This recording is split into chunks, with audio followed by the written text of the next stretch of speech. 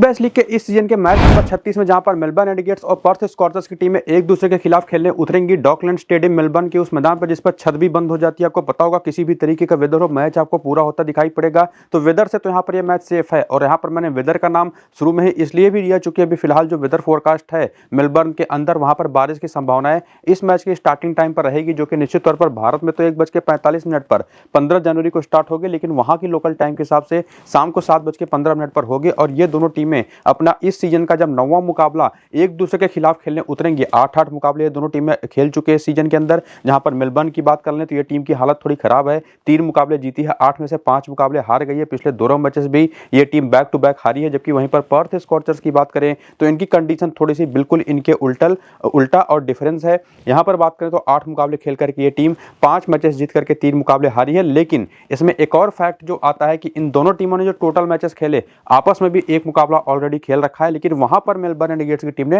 हरा दिया था पर्थ स्कॉर्चर्स को 4 विकेट के अंतर से, जहां पर एक लो स्कोरिंग गेम हुआ था। इनकी तरफ से जो परफॉर्मेंसेस कुछ मेनली आई थी, गुरिंदर संधू ने 4 विकेट लिया था। तो गुरिंदर संधू जिनको लेकर के बड़ा कंफ्यूजन होता है कि उनको लेके जाएं या ना जाएं, लेके जाएं तो कब लेके जाएं, छोड़े तो कब छोड़ दें, उसका भी आंसर आपको इस वीडियो के अंदर मिलेगा। और जैसा मैंने को बताया कि जिस मैदान पर यह मैच खेला जाएगा वो रूफ से बंद, उसका रूफ तो बंद हो ही जाता है, वो आपको पता ही होगा। तो निश्चित तौर पर वेदर प्रूफ तो वो मैदान है। इस सीजन के अंदर इस मैदान पर कुल टोटल 2 मुकाबले हो चुके हैं, जहां पर पेसर्स को 18 और स्पिनर्स को 2 विकेटें मिली हैं। और पूरा इतिहास इस मैदान का अगर आप देखने जाएं तो यहां पर टोटल 70 T20 मुकाबले जो खेले गए हैं, 29 बार पहले बैटिंग करने वाली टीमें जीती हैं, लेकिन बैटिंग सेकंड करने वाली टीमें 41 बार जीती हैं। यानी कि टॉस जीत करके कोई टीम फेवर करेगी को पहले फील्डिंग ही कर दे। लेकिन इसका भी फैक्ट और डिटेल में आगे समझेंगे। बाकी यहां पर स्कोरिंग पैटर्न अगर आप पूरे T20 इतिहास का देखेंगे तो 150 के नीचे इन 70 मुकाबलों में से 20 बार स्कोर बना 150 के नीचे, 26 बार बना 150 से 160 के बीच में, बाकी 170 से 190 के बीच में 16 बार स्कोर बना है।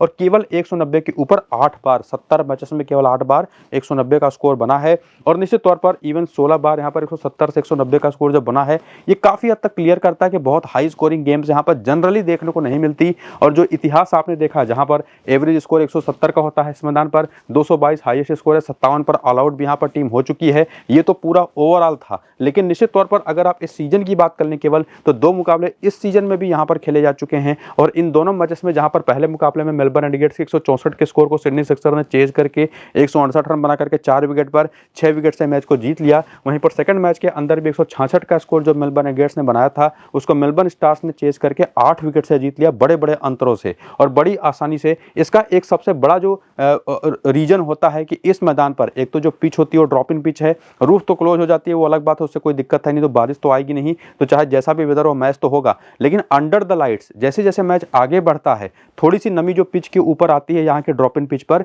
वो स्किडी कर देती है पिच को। तो बैटिंग करना मैच के आगे बढ़ने के साथ साथ और आसान होता है।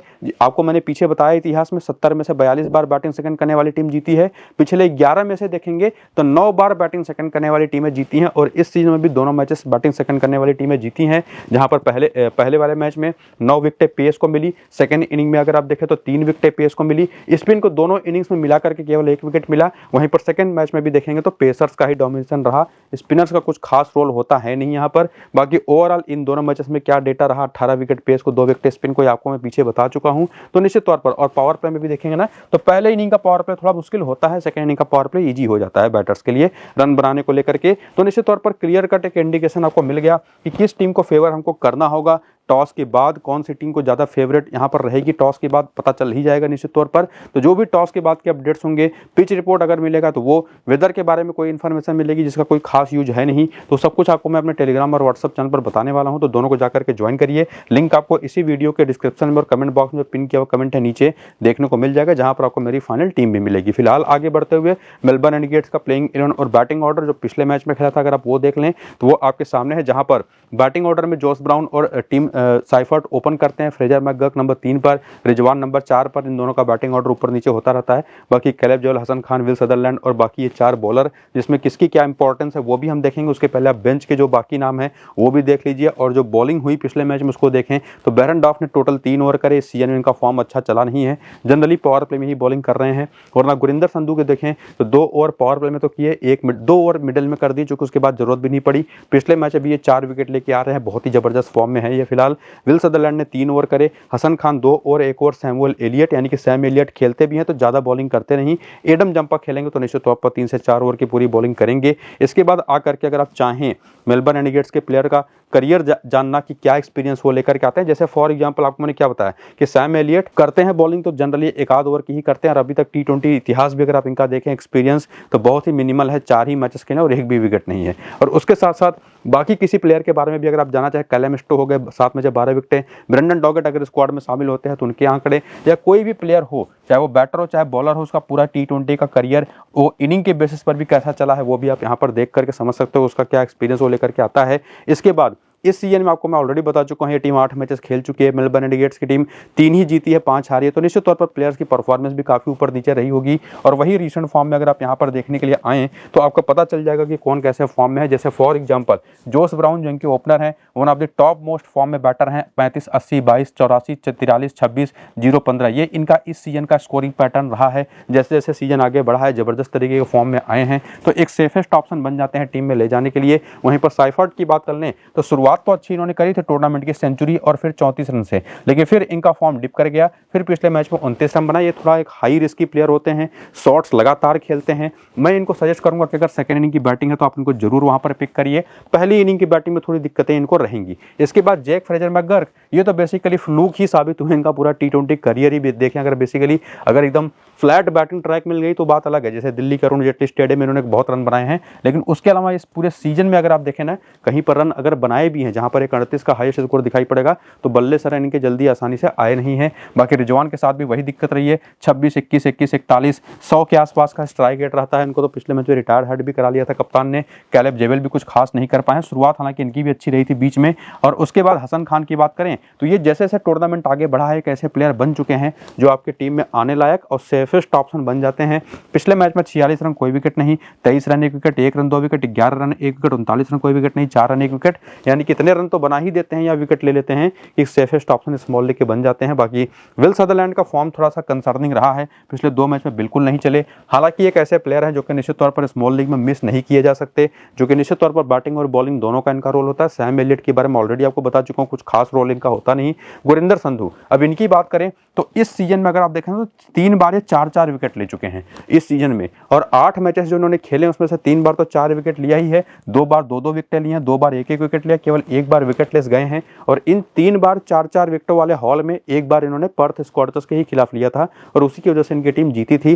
पिछले मैच भी 4 विकेट लेकर के आए हैं, तो निश्चित तौर पर इनको मिस करना वो तो एक भूल ही होगी बेसिकली। हालांकि आज अगर आप वो रिस्क लेना चाहते ही हैं कि एक ऐसा प्लेयर जो लगातार जबरदस्त परफॉर्मेंस करके आ रहा है तो कभी ना कभी तो उसका डाउनफॉल आएगा, तो सेकंड इनिंग की अगर बॉलिंग है, जो कि एक right arm fast medium bowler है, सेकंड इनिंग की बॉलिंग है तो वहां पर आप कंसीडर कर सकते हैं इनको ड्रॉप करने का, वरना मैं तो सजेस्ट नहीं करता स्मॉल इनिंग में इनको ड्रॉप करना।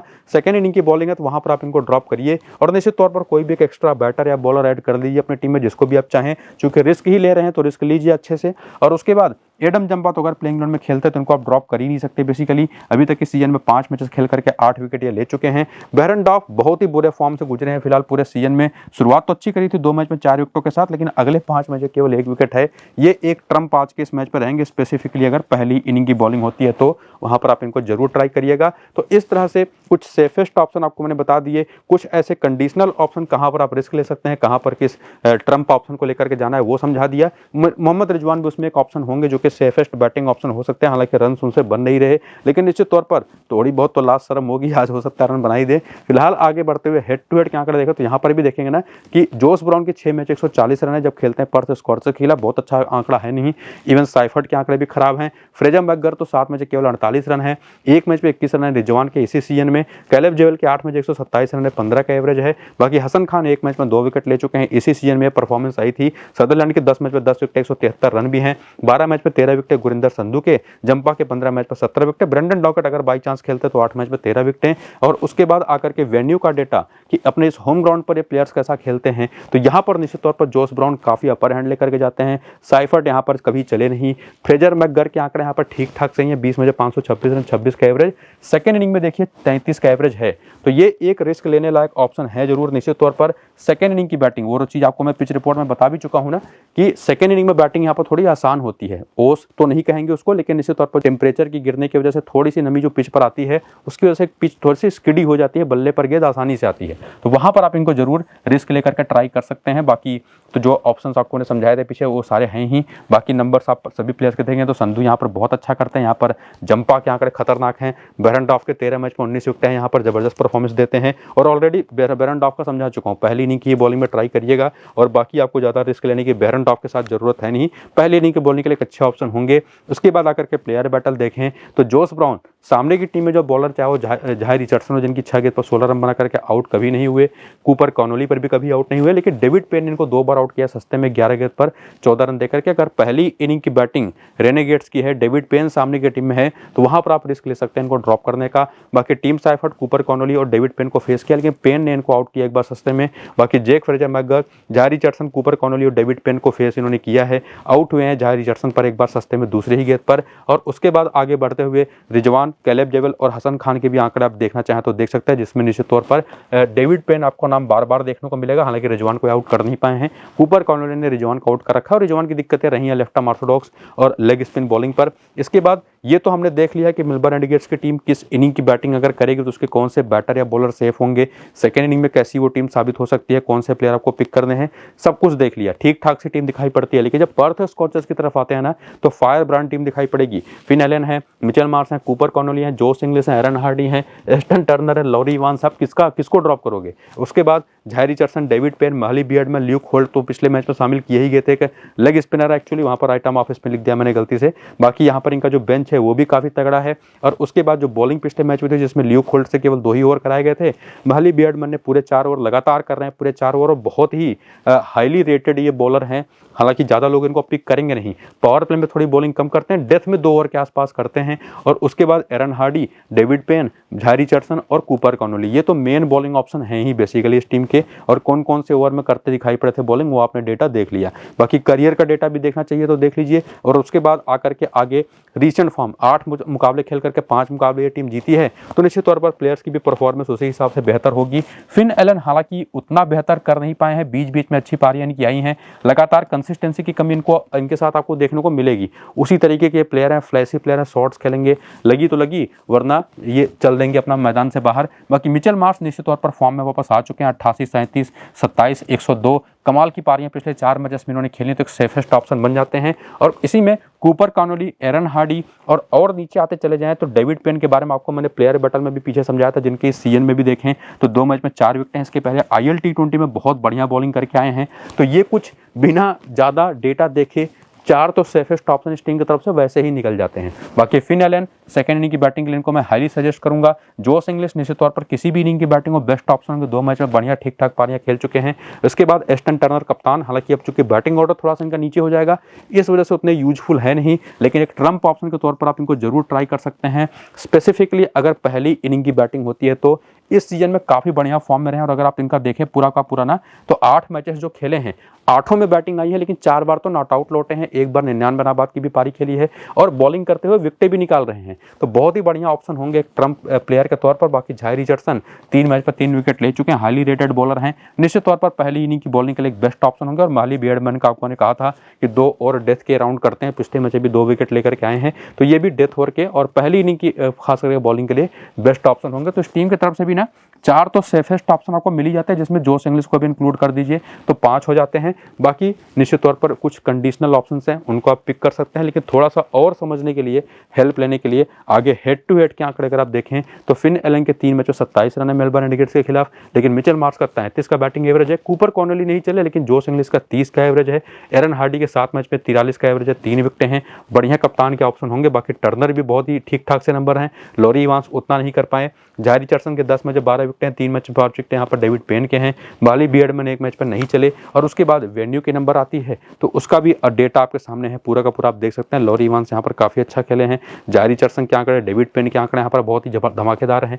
बैटिंग में इंग्लिश, एरन हार्डी सभी यहाँ पर अच्छा करते दिखाई पड़े। कूपर कॉनोली ने इस मैदान पर 1 मैच खेल करके 66 रन बनाए, 1 विकेट लिया है और यहाँ पर मिचेल मार्श भी बढ़िया करते दिखाई पड़े हैं। और उसके बाद आकर के प्लेयर बैटल, जिसमें सामने की टीम के जो बॉलर्स हैं कौन से डोमिनेटिंग फैक्टर साबित हो सकते हैं इनके सामने, इस पूरी बैटिंग लाइनअप के सामने।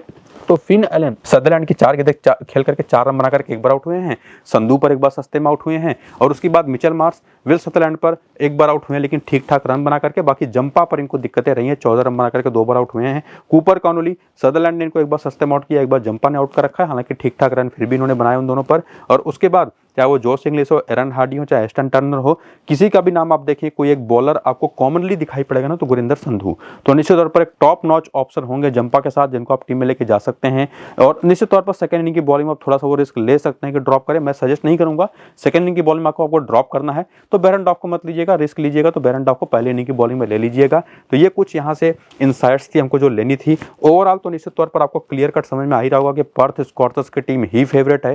बाकी टॉस का भी एक बड़ा रोल होगा, तो उसकी बेसिस पर जो भी हमारी फाइनल टीम बनेगी, टॉस के बाद का जो भी अपडेट होगा वो आपको मैं डिस्क्रिप्शन और पिन कमेंट में जो टेलीग्राम और व्हाट्सअप चैनल का लिंक दे रखा है ना, उसको ज्वाइन कर लेंगे, तो वहां पर आपको मैं सारे अपडेट्स दे दूंगा। बाकी वीडियो अगर आपने पूरा देख लिया है तो क्लैरिटी वैसे भी मिल जानी है। फिलहाल इसको यहीं पर करेंगे खत्म, चलते हैं, नमस्कार।